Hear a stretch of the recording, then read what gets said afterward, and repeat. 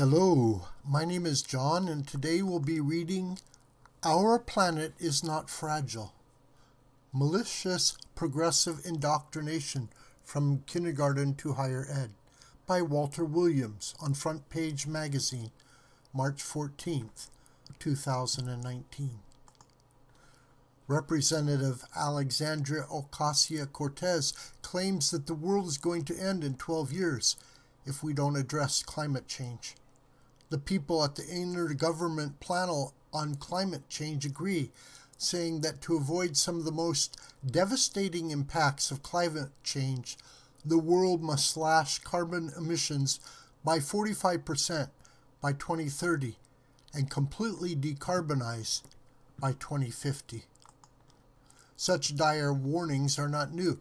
In 1970, Harvard University biology professor George Wald, a Nobel laureate, predicted civilization will end within 15 or 30 years unless immediate action is taken against problems facing mankind. Also in 1970, Paul Ehrlich, a Stanford University biologist, predicted in an article for The Progressive, the death rate will increase until at least 100 to 200 million people per year will be starving to death during the next 10 years. The year before, he had warned, if I were a gambler, I would take even money that England will not exist in the year 2000. Despite such harebrained predictions, Ehrlich has won no fewer than 16 awards, including the 1990 Crawford Prize, the Royal Swedish Academy of Sciences' highest award. Leftists constantly preach such nonsense as the world that we live in is beautiful but fragile. The third rock from the sun is a fragile oasis. And remember that the earth needs to be saved every single day. These and many other statements, along with apocalyptic predictions, are stock in trade for environmentalists. Worse yet, this fragile earth indoctrination is fed to the nation's youth from kindergarten through college. And that's why many millennials support Representative Ocasio-Cortez. Let's examine just a few cataclysmic events that exceed any destructive power of mankind, and then ask how our purportedly fragile planet could survive. The 1883 eruption of the Krakatoa volcano in present-day Indonesia had the force of 200 megatons of TNT.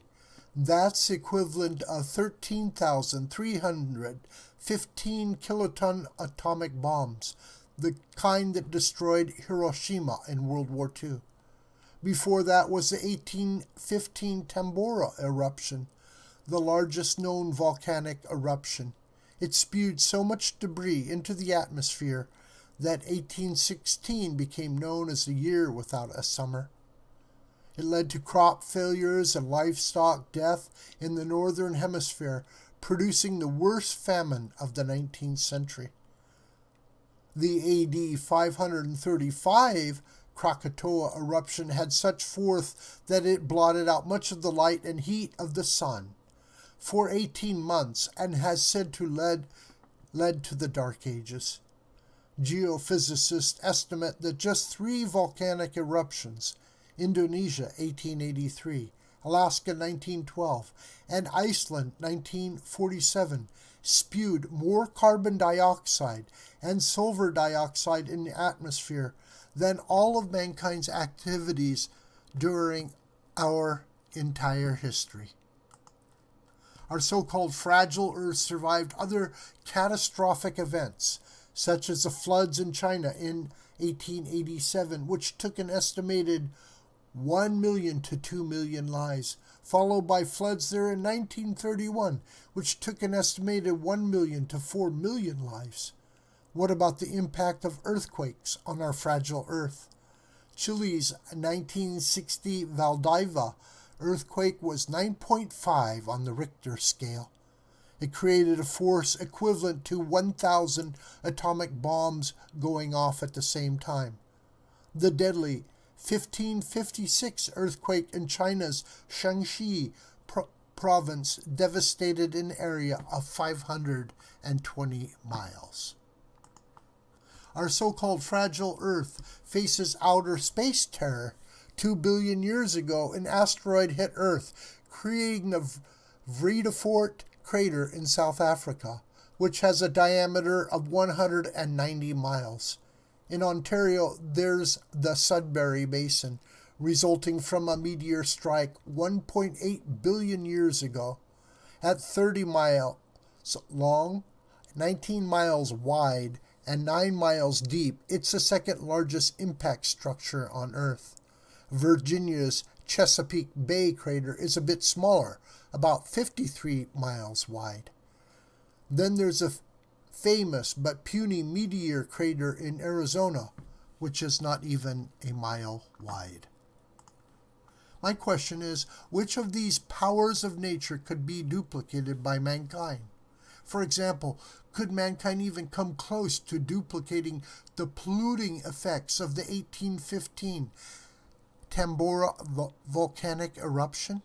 It is the height of arrogance to think that mankind can make significant parametric changes in the earth or can match nature's destructive forces. Our planet is not fragile. Occasionally, environmentalists spill the beans and reveal their true agenda. Barry Commoner said, "Capitalism is the Earth's #1 enemy." Amherst College Professor Leo Marx said, "On ecological grounds, the case for world government is beyond argument."